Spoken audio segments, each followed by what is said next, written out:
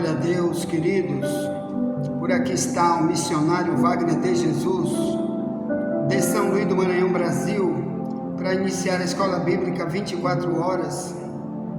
Hoje é dia 20 de novembro de 2023, segunda-feira.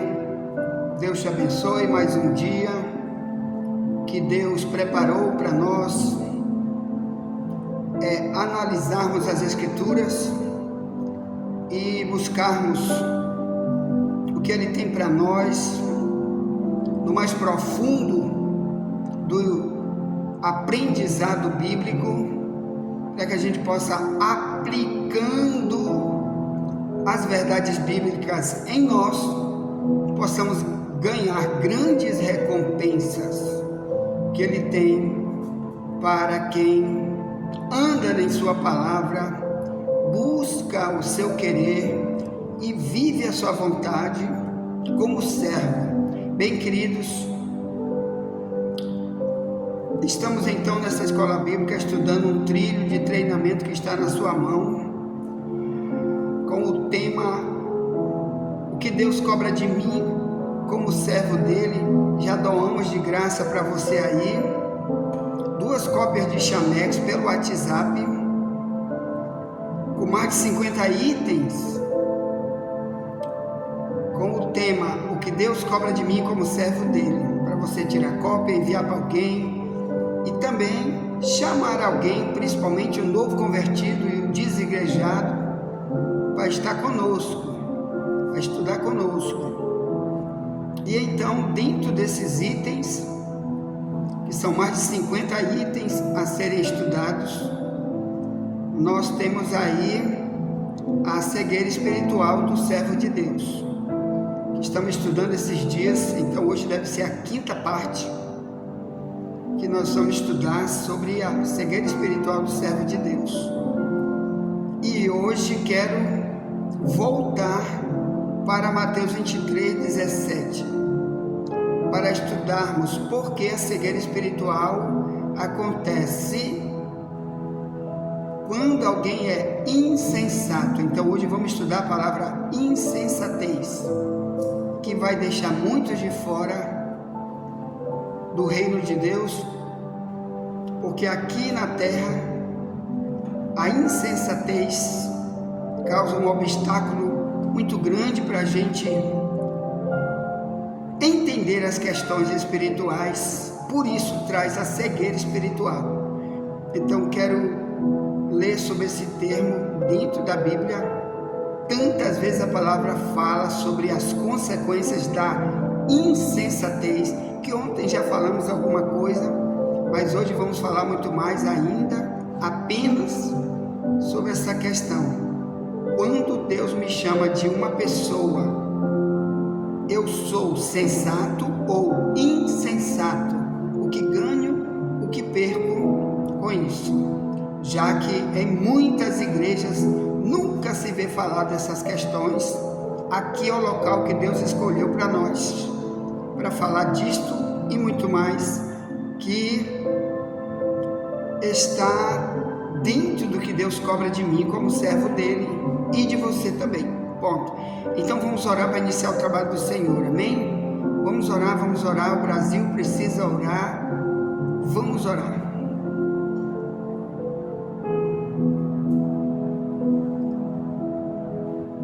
Glória a Deus, querido Pai Celestial, louvado seja o Senhor para sempre. Obrigado porque o Senhor tem sido o nosso refúgio, a nossa fortaleza. Obrigado porque você tem sido nosso socorro. Obrigado porque você é nosso fortalecedor. Pai, no nome de Jesus, te pedimos perdão, ó Deus, por alguma palavra que falamos que não te agradou, algum pecado de omissão que cometemos ao não aprendermos a verdade, ou ao não nos manifestarmos com essa verdade para alguém, para buscarmos alguém das trevas para a luz.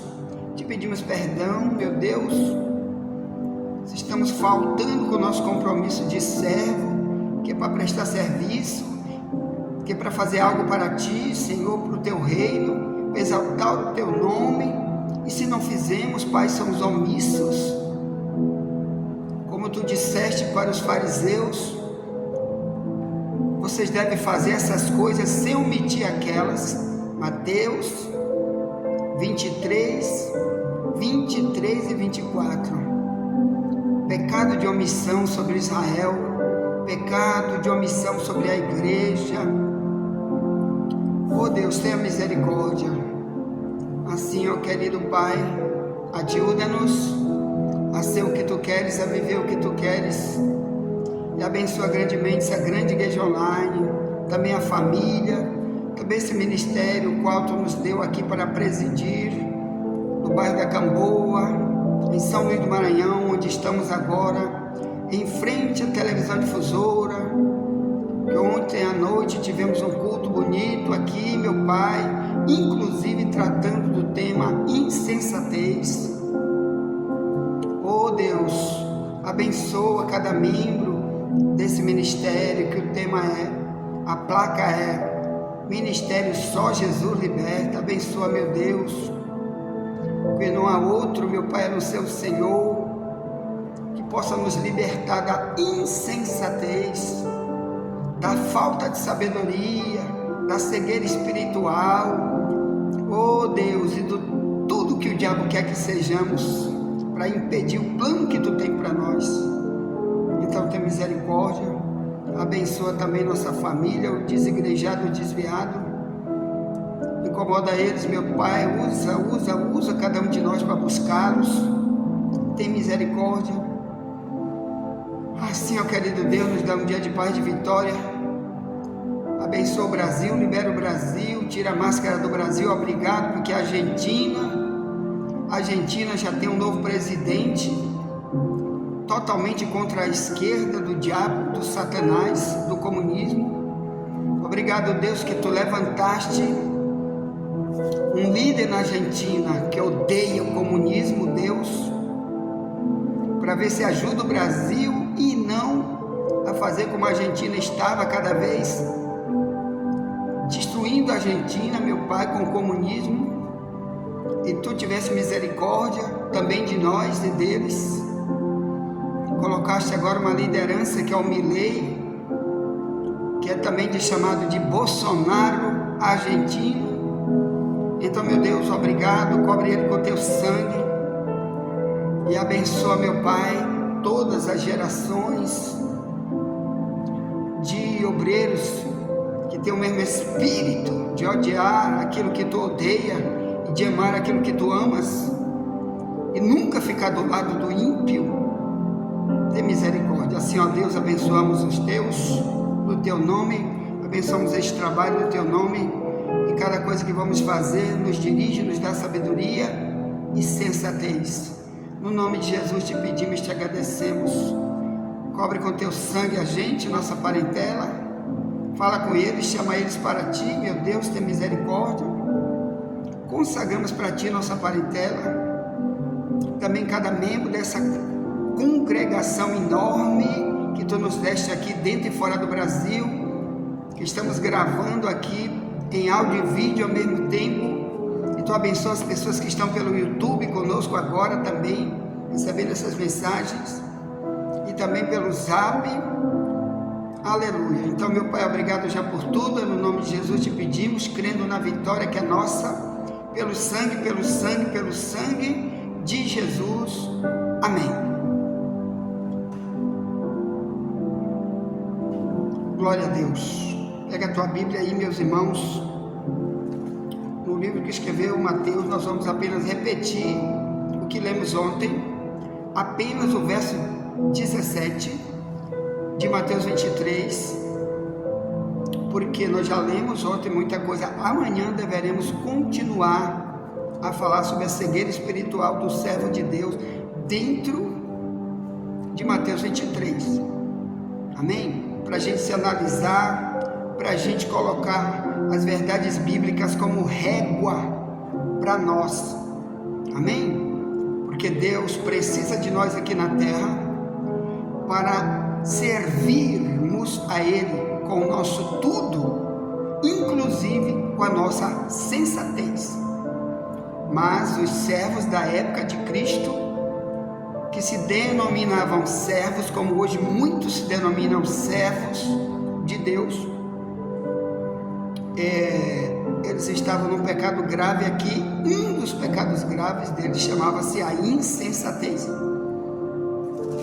de Mateus 23, 17. Então eu quero ler só o verso 17, porque ontem já explicamos muito sobre isso. Você que é novo convertido, que está entrando agora no link e não tem a mensagem, vai buscar lá no YouTube, adicione essa escola bíblica no YouTube. É só você digitar Wagner de Jesus, a verdade vos libertará, e você clica, lá vai aparecer vídeos, e clica embaixo do vídeo, tem a expressão vídeos, você clica em cima dessa expressão vídeos, e você vai ver mais de 100 vídeos que estão nesse canal conosco, que a gente já tem lá de ensino bíblico. E tem outros canais nossos aí que tem mais de 200 vídeos. Procure-os, por favor, tá? Um, se você digita Wagner de Jesus, Escola Bíblica 24 horas. Outro, você digita Como no Tempo dos Profetas, Wagner de Jesus. Você vai ver que tem mais de 300 vídeos. E outros sites que ainda temos aí, que já está aí, de 5 anos ou mais. Amém. Então vamos falar sobre insensatez. Está escrito assim, Mateus 23, 17. Aqui é Jesus dirigindo essa palavra para os pastores de Israel, para os doutores da lei, aqueles que estudaram muito a Bíblia do Antigo Testamento, diziam conhecer tudo e pregar tudo que eles achavam que era verdade, que pegavam dentro da Bíblia, passavam para o povo, dizia que servia o povo assim. Então, mas Jesus chamava eles de insensato e cego. Então vamos estudar apenas a palavra insensatez. Vamos ler. Diz: insensatos e cegos. Pois qual é maior, o ouro ou o templo que santifica o ouro? Ali Jesus estava fazendo com que eles entendessem o tamanho da cegueira espiritual, porque não havia sensatez nele. Então, quando você não é uma pessoa sensata, coisas valem mais do que verdades bíblicas, do que a vida eterna, do que a salvação, do que tua relação com Deus, do que a tua perdição vale menos, o fogo eterno para ti vale menos do que a sensatez, porque você está cego, não enxerga nada disso, né? Como os fariseus estavam. Então vamos falar da palavra sensatez. Amém? Bem, meus irmãos, como a gente tem que estudar um pouco mais no profundo, então eu fui lá no Google da internet buscar o significado da palavra sensatez. Está aí todo o dicionário da língua portuguesa, assim como toda a Bíblia. Você pode digitar o versículo no Google da internet e você pega toda a Bíblia, está aí, e também o dicionário da língua portuguesa, como também de qualquer idioma. Aí então eu coloquei a palavra sensatez e mandei buscar o significado. Eu encontrei isto aqui, ó. Sensatez significa, ou melhor, insensato significa sem juízo. Insensato significa fora da razão. Insensato significa imprudente. Ausência de prudência. Insensato significa louco. Insensato significa leviano e muito mais. Que todas essas práticas, a leviandade, a loucura, a imprudência, a fora da razão, o juízo, a cegueira, tudo na Bíblia Deus usa para Israel muitas vezes, e essas expressões também são usadas para a igreja quando ela está fora da prudência, tá certo? Então, meus irmãos, eu quero falar sobre a insensatez. Glória a Deus. Primeiro, vamos lá em Provérbios 14, capítulo 14, versos 6 e 9, para a gente entender o que é a prudência, o que ela traz benefícios para nós, se a possuímos em nós, no que falamos, no que usamos, no que fazemos no dia a dia como servo de Deus. Então, Provérbio 14, de 6 a 9, se lê assim: o escarnecedor busca sabedoria e não a acha, mas para o prudente, o conhecimento é fácil. Vai-te à presença do homem insensato, e nele não divisarás os lábios do conhecimento. A sabedoria do prudente é entender o seu caminho, mas a estultícia dos tolos é enganar. Os loucos zombam do pecado, mas entre os retos há boa vontade. Amém? Eu li até o verso 9. Na minha tradução da Bíblia, Ferreira de Almeida, revista e corrigida, que está mais perto do original. Então, pegue uma Bíblia, quanto mais perto do original, melhor para você, porque muitas Bíblias estão furtando totalmente termos como esse. Então, você precisa de uma tradução mais próxima do original. Então, esse texto está falando de sabedoria, e ao mesmo tempo está dizendo que os insensatos são imprudentes, porque não buscam conhecimento. Então aí você começa a ver que a cegueira espiritual de Mateus 23:17, ela ocorre porque pessoas que não querem conhecer a verdade, quando você vai falar a verdade bíblica para ela e a condição espiritual que elas vivem diante de Deus, elas são escarnecedoras, como os fariseus faziam com Jesus. Os fariseus, quando Jesus falava que eles eram guias cegos, a reação deles era chamar ele de falso profeta, era de mandar prendê-lo, de querer matá-lo, de querer crucificá-lo, de fazer com que o povo nunca o aceitasse como Messias, como único Salvador, como Deus. Então, exatamente aí começa o papel da insensatez na vida de alguém que diz: sou servo, mas recuso o conhecimento. Então, quando você vê uma pessoa, irmão, que não gosta de estar onde ensina a verdade, procura um falso profeta, mas não procura um verdadeiro ensinador para trazer a verdade, ele é chamado de insensatez.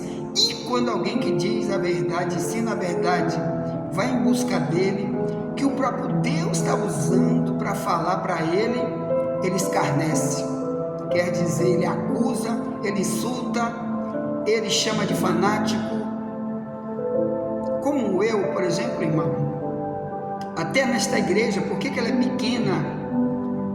Porque muitos que já vieram, centenas de pessoas já vieram para esta denominação aqui onde eu presido, foram embora exatamente como fizeram com Cristo lá em João 6. Muitos estavam abandonando ele depois das pregações duras, que ele dizia não era duro, ele apenas estava pregando a palavra, estava dizendo a realidade espiritual do povo. E foi quando Pedro, no final de João 6, Pedro disse: Senhor, está todo mundo indo embora e não querem mais te ouvir, dizendo que tua palavra é muito dura. Aí Jesus disse: e tu, Pedro, tu também está querendo me deixar? Aí Pedro disse: não, Senhor, para onde eu vou? Somente tu tens as palavras da vida eterna.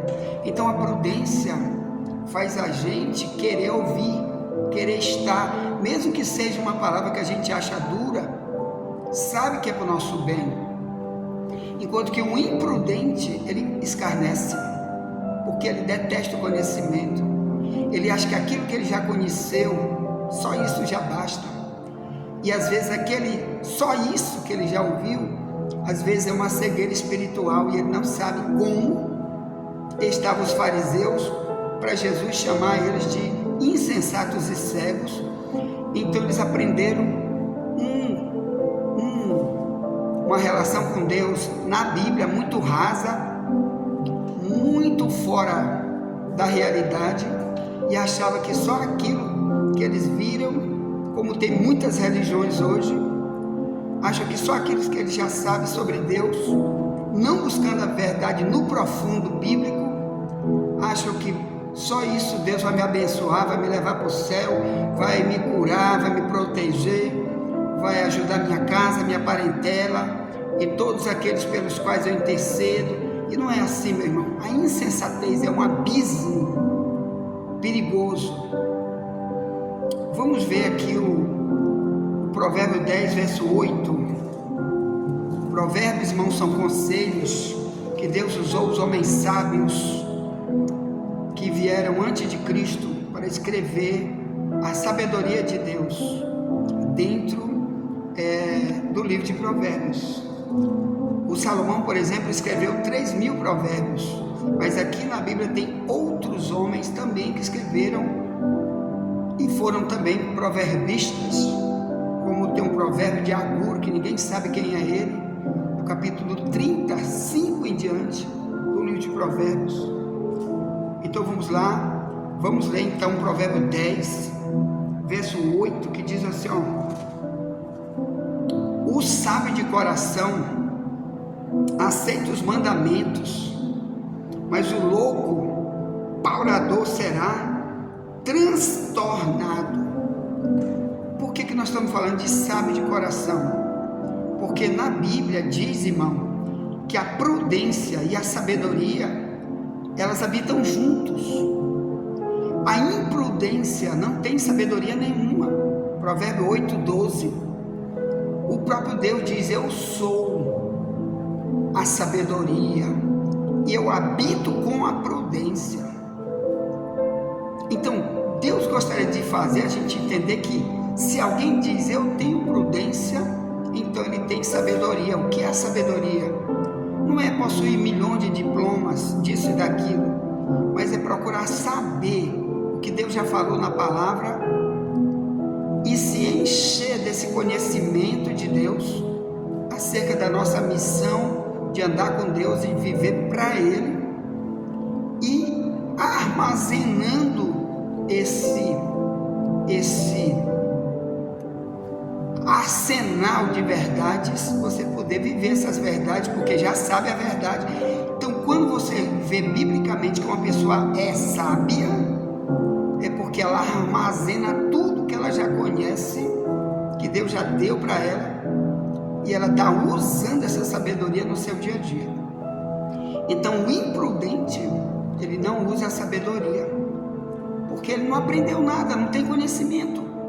É parte da vida dele, é só imprudência no que fala, no que ensina, no que vive, no que prega, no que interpreta da Bíblia, como faziam os fariseus. Então eu quero estudar contigo, amém, sobre essas questões. Envie essa mensagem para alguém, já voltaremos. Nunca te esquece, somente a verdade nos libertará.